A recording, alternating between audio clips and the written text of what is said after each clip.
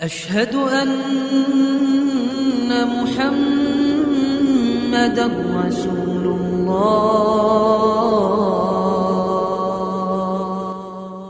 السلام عليكم ورحمة الله وبركاته. الحمد لله رب العالمين. اللهم صل وسلم على سيدنا Muhammadin wa ala alihi wa sahbihi ajma'in. Amma ba'du.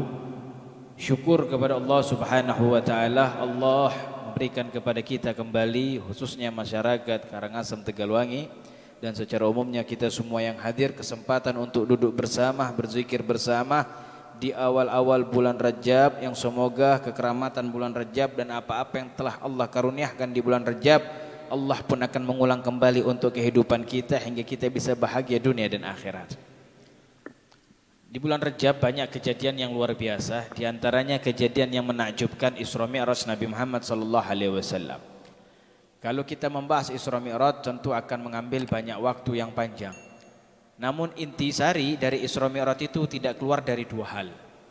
Yang pertama, Allah ingin menampakkan kemuliaan, keagungan, derajat Nabi Muhammad.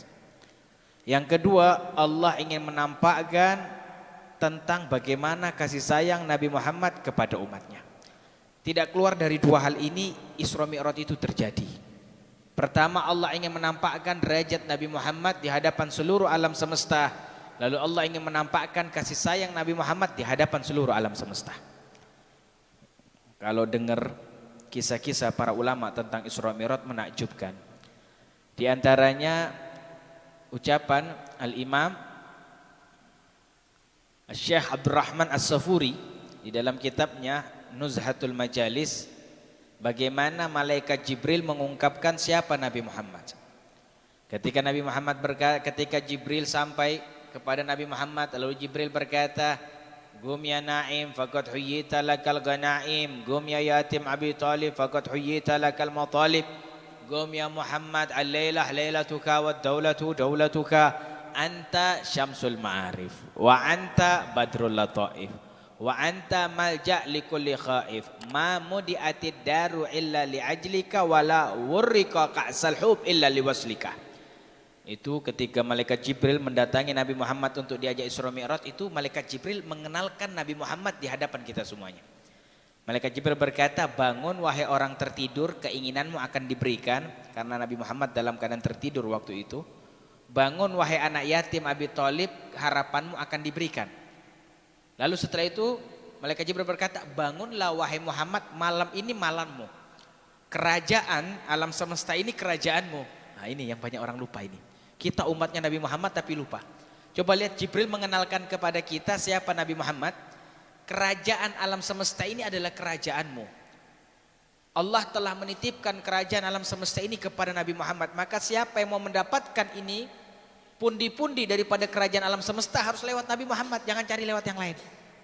Kan kadang-kadang kita suka cari lewat yang lain. Padahal kerajaan alam semesta ini di bawah naungan titah Nabi Muhammad yang telah diberikan oleh Allah. Jadi kalau kita mau mendapatkan pundi-pundi dari kerajaan alam semesta ini lewat Nabi Muhammad.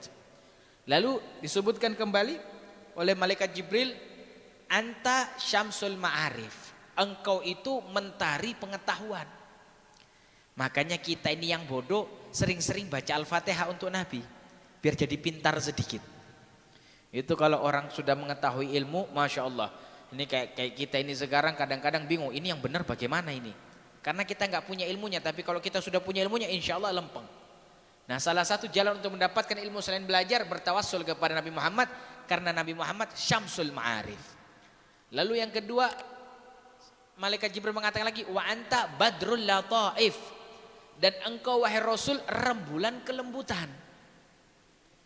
Makanya itu para ulama kalau dia punya anak keras, itu yang pertama para ulama menganjurkan untuk membacakan surat Alam Nasrah pada makanan dan air minum anak tersebut. Kalau kitanya pengen lembut, itu kita baca surat Alam Nasrah dengan meletakkan tangan kita di dada. Ada lagi pendapat ulama yang lain, kalau pengen lembut, bacakan air di makanan dan di air minum anak kita apa? Tawassul kepada Nabi Muhammad. Karena Nabi Muhammad rembulan kelembutan. Berharap percikan kelembutan Nabi Muhammad juga kita dapatkan. Tidak sampai situ malaikat Jibril. Malaikat Jibril melanjutkan lagi dengan ucapannya apa? Wa anta malja likulli khaif. Dan engkau ya Rasul tempat kembali umat manusia yang dalam keadaan ketakutan. Makanya kalau kita ketakutan, baliknya ke Nabi Muhammad. Nanti Nabi Muhammad antarkan kita kepada Allah. Ada kadang-kadang orang, Habib, semuanya diarahkan ke Nabi Muhammad. Kenapa enggak langsung kearahkan kepada Allah? Iya, kalau magom kita bisa langsung kepada Allah, bagus. Makanya ada cerita itu, Imam Abu Yazid Al-Bustami. Itu Imam Abu Yazid Al-Bustami mau nyebrang sungai sama muridnya. Abu Yazid berkata, muridku, nanti kalau mau nyebrang ini saya pegang tanganmu, kamu teriak, ya Abu Yazid Al-Bustami, ya Abu Yazid Al-Bustami, itu kau teriaknya. Baik guru. Begitu langkah di atas air, enggak masuk kakinya, di atas air melangkah. Muridnya teriak, ya Abu Yazid Al-Bustami. Imam Abu Yazid Al-Bustami teriaknya, ya Allah, ya Allah, ya Allah. Muridnya teriak, ya Abu Yazid Al-Bustami. Pertengahan sungai, mereka ini muridnya lihat, loh kita berjalan di atas sungai ini. Tapi muridnya mikir, loh ini saya punya guru teriaknya ya Allah. Loh saya kok disuruh teriaknya ya Abu Yazid Al-Bustami. Akhirnya muridnya dalam hatinya terlintas apa? Sudah, saya mau ngikut guru saja, saya juga mau teriaknya ya Allah. Akhirnya muridnya teriak, ya Allah, tenggelam langsung dia. Langsung masuk dalam itu sungai, tenggelam. Ditarik sama Imam Abu Yazid Al-Bustami, dibawa ke pinggir. Lalu Imam Abu Yazid berkata, ente kenapa diganti? Sudah bagus ya Abu Yazid Al-Bustami. Kenapa ente teriak ya Allah? Saya pengen ikut antum juga guru, teriaknya ya Allah. Kata Imam Yazid, saya sudah sampai kepada Allah, kau belum, lewat saya aja dulu, ntar saya bawa kepada Allah. Nah, makanya tidak bisa kita langsung kepada Allah, karena butuh perjuangan yang luar biasa. Berapa banyak para ulama menempuh jalan kehidupannya, itu butuh waktu puluhan tahun baru sampai kepada Allah. Ini Nabi Muhammad sudah sampai duluan kepada Allah. Dan memang sudah disampaikan oleh Allah. Bahkan bukan hanya secara magom, secara jasad dan rohnya Nabi Muhammad sudah sampai kepada Allah. Makanya kita kalau ada apa-apa, tempat kembali kita Nabi Muhammad. Itu para sahabat, para ulama-ulama, orang-orang soleh. Dia kalau keadaan ketakutan teriak, wa Muhammad, teriak begitu. Wa Muhammad, wahai Nabi Muhammad. Seketika takutnya hilang. Bahkan pernah lewat satu tempat, ya ini kayaknya umum ini. Begitu lewat, udah pekuburan, ini pekuburan yang ziarah jarang. Wah banyak sekali ini kalau mau lewat pekuburan itu, Masya Allah. Orang ya bisa dikatakan bukan hanya bulu kuduknya yang berdiri, semuanya pada berdiri kalau mau lewat situ. Luar biasa, takut luar biasa. Nah ini mau nggak mau lewat jalan situ. Ketika lewat jalan situ emang benar. Tampak pada dirinya berapa macam makhluk-makhluk gaib yang mengganggunya.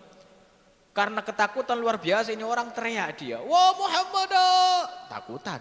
Seketika itu langsung hilang rasa takutnya. Langsung dicabut oleh Allah rasa takutnya. Kenapa? Karena dia sampaikan dirinya kepada Nabi Muhammad, nanti Nabi Muhammad yang sampaikan dirinya kepada Allah.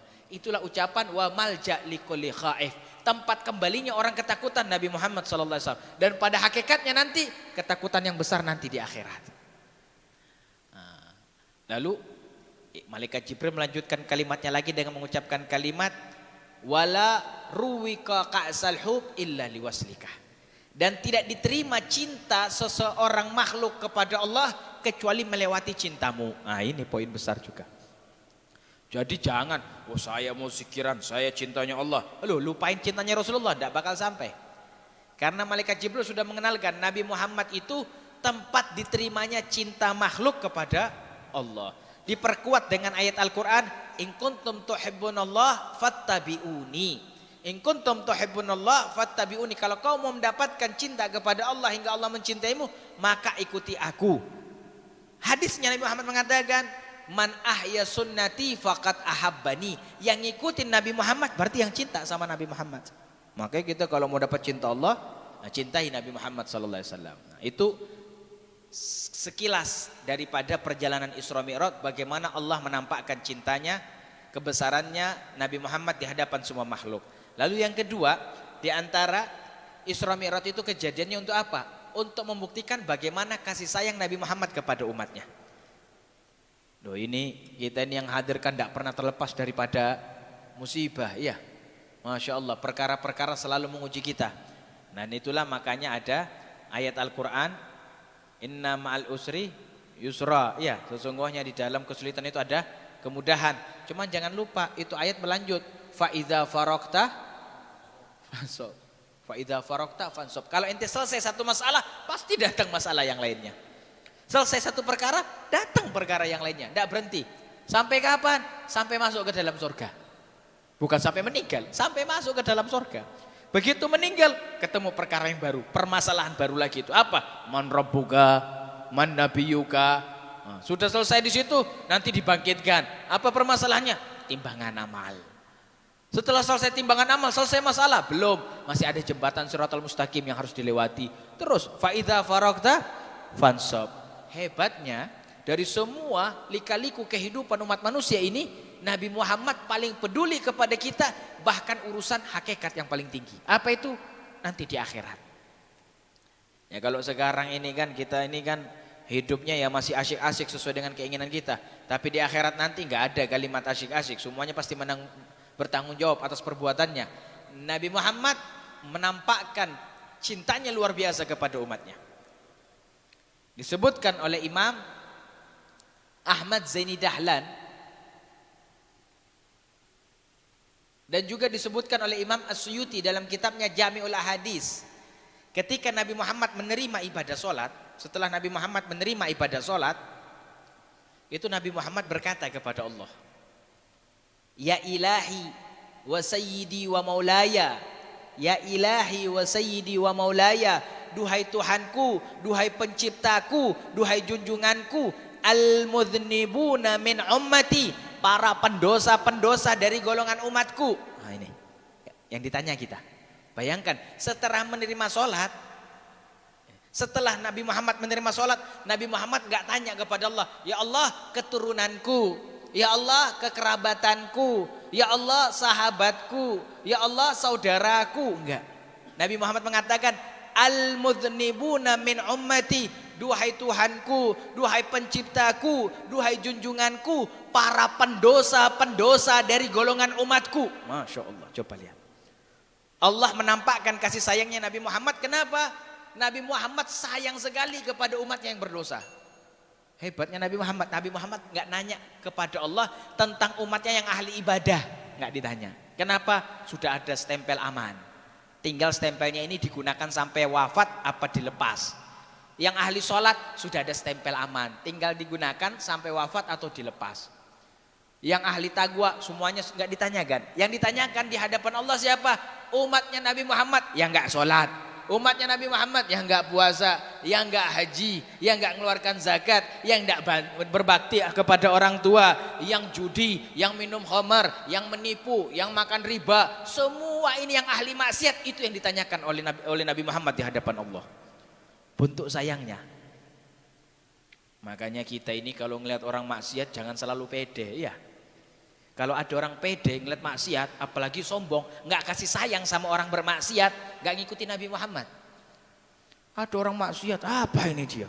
Maksiat kerjanya, minum khamr. Ada. Kalau mereka pengikut Nabi Muhammad pasti sayang dulu. Sayang, kalau bisa terang-terangan sayangnya bagus, nggak bisa diam-diam. Ada orang maksiat diam-diam masuk rumah. Oh fulan maksiat, angkat tangan, ya Allah berikan hidayah fulan dan juga kepadaku. Kata para ulama, guru-guru kami berkata, kalau doa minta hidayah jangan berhenti kepada nyebut nama orang aja. Kita juga. Karena kalau kita lihat, oh fulan maksiat, ya Allah berikan hidayah kepada dia. Berhenti di situ, itu ada nilai-nilai kesombongan. Ya Allah berikan hidayah kepada dia dan kepadaku. Jadi ada nilai-nilai rendah hati, jadi kita nggak besar kepala. Ketika Nabi Muhammad bertanya tentang umatnya, apa jawaban Allah? Lihat, indah sekali jawaban Allah. Allah menjawab Nabi Muhammad dengan berkata, Ya Ahmad, duhai Ahmad. Namanya Nabi Muhammad di langit. Kalau di bumi Muhammad, di sorga nanti Abul Qasim.